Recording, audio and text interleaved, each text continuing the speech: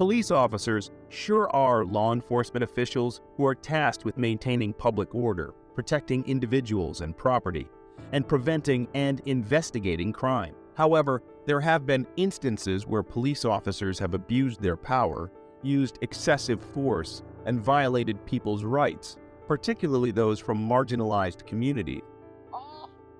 Somebody help me! These actions can lead to distrust and fear of law enforcement, exacerbating already strained relationships between the police and the communities they serve. But can they exploit such power? What are the legal penalties if they do so? And if the police abuse his here power, would they be treated differently? Stick around as we take a closer look at two of the most brutal cases that could make us think of cops as judicial pillars twice. Our first case kicks off with Sergeant Mario Cardona versus Daniel Garza. Daniel Garza was helpless after being thrown and pinned to the ground. Officer Mario Cardona, who Garza had known for years, was on the verge of breaking his wrist. Garza recalled, "I was trying to be a man and trying to hold in the pain, but man, that wrist lock hurts. He's just bending it and bending it." But what compelled Cardona to go so far? It turns out that his actions were motivated by rage toward Garza, whom he accuses of attempting to kidnap his stepdaughter. Are cops bestowed such authority? Seems that the two men had quite the history, with Garza having previously dated Cardona's stepdaughter, Naomi Villanueva. The relationship had hit rock bottom, with Villanueva moving out of her parents' house to live with a friend. In May 2015, Garza allegedly took Villanueva without her consent from her friend's house and brought her to her parents' house in Whittier, where Cardona lived across the street. Cardona saw Garza doing pilates in his yard and ordered him to come down to the street. As soon as Garza came down, Cardona began his assault. According to Garza, he was not the aggressor, and a neighbor who witnessed the incident testified in Garza's favor. The sheriff deputies who arrived at the scene noticed redness on Garza's face, bruises and abrasions to his knees, and redness on his wrists. Garza filed a complaint against Cardona, which led to a federal lawsuit against Cardona, Chief Beck, and the city of Los Angeles. Garza alleged false arrest, unreasonable search and seizure, excessive force, assault and battery, negligence, and intentional infliction of emotional distress. A video of the incident filmed by one of Garza's neighbors was also presented at the trial. They had made up a story of what had happened to make him look like a hero and me look like a criminal, says Daniel Garza. The U.S. District Judge Stephen V. Wilson presided over the hearing where the former deputy city attorney, Michael Amarian, spoke in defense of the city. The jury found Cardona to be acting with malice as an off-duty officer, and on June 26, 2017, they ordered him to pay Garza $210,000 in damages. On top of that, the court added another $664,000 in attorney's fees and $26,000 for post-trial costs. The City of Law refused to take responsibility for Cardona's actions and even refused to indemnify the officer, forcing him to pay for the charges out of his pocket. Jim DeSimone, Garza's attorney, claims, "This is the problem with the left. This is why people are out on the street." The case is a clear example of police officers using excessive force against individuals and getting away with it. In this case, however, Garza was able to stand up to the authorities who violated his rights, and he was able to win his lawsuit against Cardona. The jury's decision to find Cardona guilty of acting with malice sends a strong message that law enforcement officers cannot get away with using excessive force against citizens. It is worth noting that this case also highlights the importance of civilians being aware of their rights and standing up to law enforcement officers when they feel their rights have been violated. Garza's decision to file a complaint and a lawsuit against Cardona shows that individuals can take action against police brutality and excessive force. As more and more people become aware of their rights and are willing to take action, law enforcement officers will be held accountable for their actions, and if you sue a cop in LAA for excessive force, you are in for a wild ride. However, Garza's decision to stand up to Cardona and the authorities who violated his rights resulted in a victory for him. sending a strong message that law enforcement officers cannot get away with using excessive force against citizens. The case of Harold Hill is just a perfect example of how our justice system can go wrong. From a gruesome rape and murder to a wrongful conviction, this case definitely ticks all the boxes. So, what underwent? First off, we have the detectives who were assigned to the case, Kenneth Bordeaux and John Halloran, the so-called beacons of justice. They were the ones who got the confession out of Peter Williams, who was later found to be in jail at the time of the crime. So, how did they churn out a false confession of someone who wasn't even there? Hill's confession is also questionable, as he claims that he was physically and mentally abused until he confessed to crimes he didn't commit. Is this the kind of behavior we expect from our law enforcement officers? Moving on to the trial itself. Hill was only 16 years old when the crime was committed, but was tried as an adult at the age of 31. This is an interesting move from the prosecution, considering that neither of the defendants had a criminal record prior to the incident. The jury found Hill and Young guilty of murder, and they were sentenced to life without parole. But 13 long years later, DNA tests revealed that the hair found at the crime scene and the cellular materials under Kathy Morgan's fingernails didn't match either of the defendants. Think of the agony Hill went through for something he didn't do. What made Hill hold on to his life is still astonishing. Despite this evidence, the prosecutors disputed the findings, suggesting that the hairs were unrelated to the crime and that the cellular material could have come from sweat or drool left over by the recovery team. It's shocking that the prosecutors were so stubborn, even in the face of such clear evidence.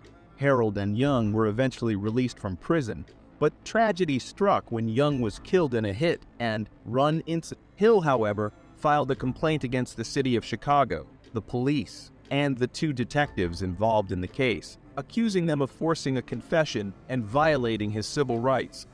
The case was settled for $1.25 million, with Hill receiving $500,000 and the rest going to attorney's fees. It's surprising that the detectives were only asked to pay a measly $7,500 each for their part in this whole debacle. Do you think that is bad? Wait till you hear this. It's also worth noting that Hill was later convicted again for an unrelated armed robbery charge and is currently serving 27 years in prison. But despite this, it's clear that the justice system failed Harold Hill in the past. This case highlights the importance of reforming our justice system to ensure that wrongful convictions don't occur, and that those who abuse their power are held accountable. The case of Harold Hill is a tragedy of errors, starting from the investigation to the trial and subsequent conviction. Being wrongfully imprisoned for 13 years, Hill was not awarded a chance to conform to life outside because he was turned into a criminal by the system. The system absolutely messed the hell out of him, and the cops only paid $7,500 each. When cops do what they did, they need to be locked away for at least as long as the victims they put in jail. What do you think of these cases? Which do you think is most unfair? Sound off in the comments below and make sure to let us know if we missed out on anything. While you are at it, make sure to hit that subscribe and leave a like to never miss an update from us.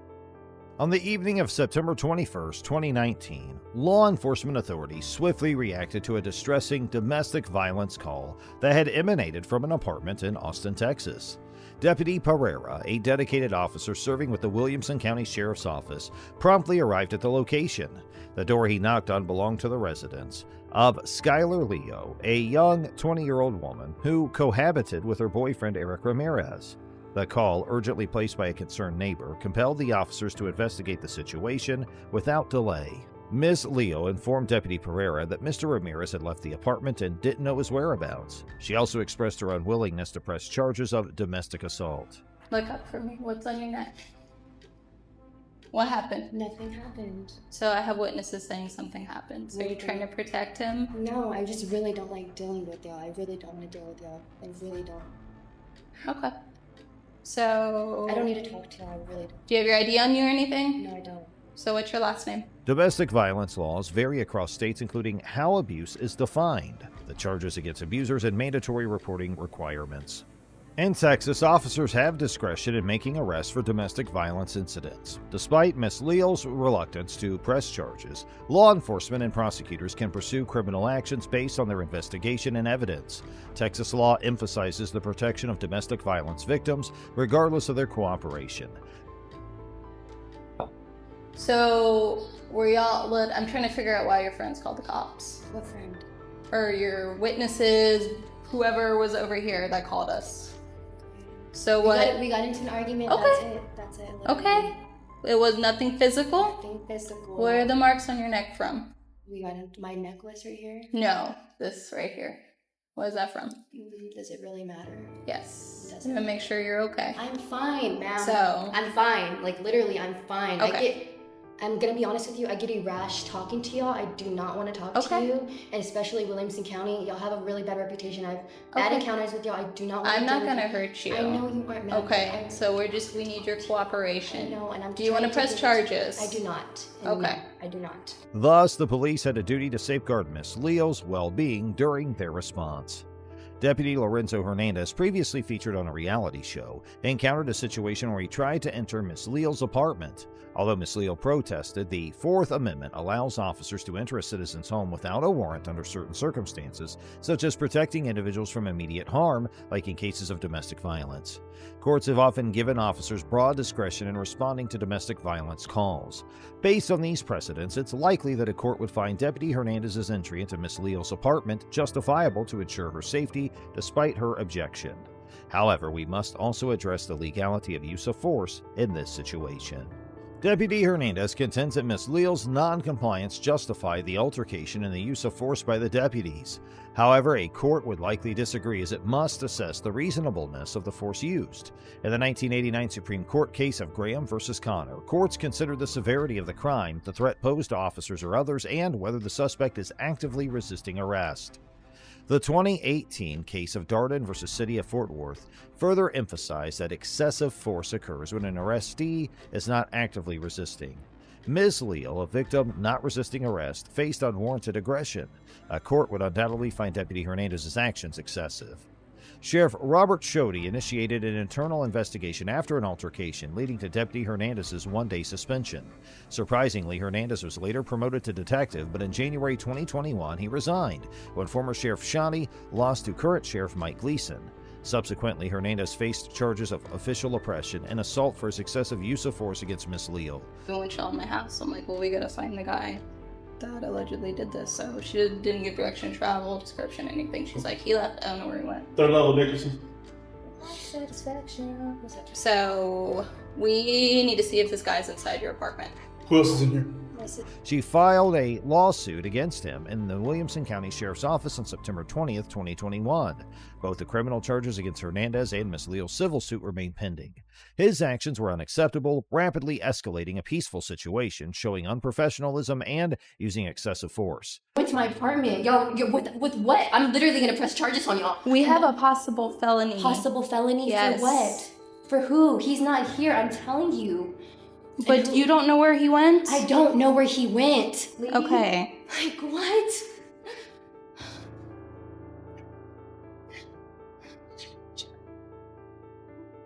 Yeah, so you can understand where your handcuffs right now? So what happened? We were trying to talk, right? That's all we were trying to do? Okay, so I'm gonna take Is there these a light handcuffs in here? off you. How do you turn the light Are we on? gonna be cool if we take these handcuffs off? The light's not on. It's not on. All right, ma'am. So I wasn't here with information to relate to you. When we come to stuff like this, we're going to check for safety reasons, okay? We're going to make sure he's not here and you're not hiding him. We understand you don't want to cooperate. We can't force you to do that. We get that. We understand that. But you don't do what you just did. Not when we show up for something like this. We don't get your cooperation. That is what happens. Yes. Okay? The deputy's authority to enter Ms. Leal's apartment for the domestic disturbance is still debated. Here's our next story of a cop getting fired. On June 26, 2020, a 73-year-old woman named Karen Gardner, who suffered from dementia and sensory aphasia, which impaired her ability to communicate and understand, attempted to leave a Walmart in Loveland, California, carrying unpaid items worth $13.88. Store employees stopped her for leaving, and Miss Gardner tried to offer her a credit card to pay for the items, but they refused and took the items back. Eventually, she left the store. Subsequently, a Walmart employee reported the incident to the Loveland Police Department, and Officer Austin Hopp responded to the call. He located Miss Garner as she was walking home on the side of the road and pulled up behind her with his lights on. When she didn't stop, he parked his vehicle and approached her. After failing to effectively communicate with Miss Garner, Officer Hopp grabs her and throws her to the ground in an attempt to restrain her. Ma'am, police, stop. You want to stop? The lights on, siren, stop. You just left Walmart. Do you need to be arrested right now? No. Okay. Let's stop. Miss Garner, visibly confused, repeatedly tells Officer Hopp that she's going home, as the two engage in a brief scuffle. Eventually, Officer Hopp's able to place Miss Garner into handcuffs and lead her back to his patrol car. Shortly after Officer Hopp gained control of Miss Garner, Daria Jalali arrived on the scene. The two officers, Hopp and Jalali, once again forced Miss Garner to the ground. Officer Jalali assisted Officer Hopp in restraining Miss Garner's feet and placing her in the patrol vehicle. A concerned citizen confronted Officer Hopp about his conduct. Officer Hopp defended himself, claiming he had the authority to use force, but the citizen believed it violated department policy, Colorado law, and the U.S. Constitution. I'm not going anywhere. Why are you fighting with me? And why are you trying to slip the cuffs off? I'm going home.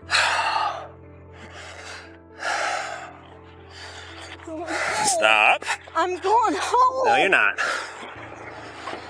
Are you finished? Are you finished? We don't play this game. You understand me? And if you try to kick me, oh, this is gonna be bad. I'm going home. Stop. I'm going home. Going home. The Colorado Revised Statutes under Section 18.1.707 require officers to use nonviolent means when possible before resorting to physical force. However, this provision was only added through Senate Bill 20-217, effective from September 1, 2020. At the time of Miss Garner's arrest, the statute allowed reasonable physical force for effecting an arrest. Despite her non-threatening demeanor, the officer's actions came under scrutiny. In an attempt to ascertain Miss Garner's identity, the officers questioned her about her date of birth. However, she remained unresponsive and refused to engage with them, showing apparent signs of mental instability. Karen, I got your credit card, okay? It'll go with you. What's your date of birth, Karen? I want my credit card. I have it. You will have it with you. I will not lose it, I promise. What's your date of birth, Karen? Huh? Who's my sergeant? Yeah. Okay, well, first, I can tell you that. Sergeant Metzler, he's at the police department. You can go talk to him if you have an issue. Yeah, give me your card so I can put a report. Okay. I see you there, how you throw that little kid. Little kid? Well, I don't know. He's not if a little kid. And this he is what happened. He was just walking, and I see you how She you just grab him. stole from Walmart and refused to stop, refused to listen to lawful orders, and to fight me. This is what happens when you fight the police. I have to use force to safely detain her. That's what this is. This isn't just some random act of aggression. Unfortunately, the officer seemed oblivious to the possibility of her suffering from dementia, despite her exhibiting symptoms of disorientation, memory loss, and disordered speech. The Loveland Police Department's policy on interactions with individuals suspected of mental illness clearly outlined the need for officers to be aware of such behaviors and to establish a compassionate connection while ensuring everyone's safety. Officer Hopp, as seen in the body camera footage, either failed to recognize these signs or deliberately disregarded the policy during his interactions with Miss Garner. After being brought to the police station, Miss Garner was led inside by officers and left handcuffed to a bench where she remained unattended for several hours without any medical assistance. Officer Hopp's use of force resulted in severe injuries for Miss Garner, including a fractured and dislocated shoulder, a bloody nose, facial scrapes, and contusions on her knees. The incident also led to her being diagnosed with post-traumatic stress disorder, causing ongoing physical pain in her shoulder, arm, and wrist. Here, let me see your feet. Credit card. We'll get it. I want my credit card.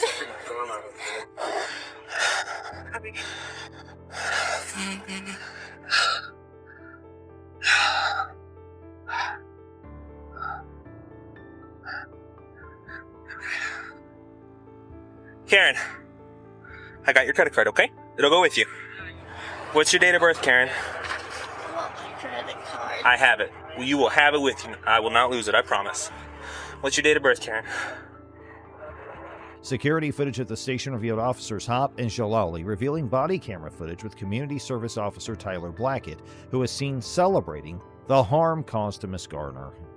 In his narrative report on the use of force, Officer Hop recounted that upon contacting the suspect, she attempted to flee, leading to her being placed on the ground to ensure safe detainment.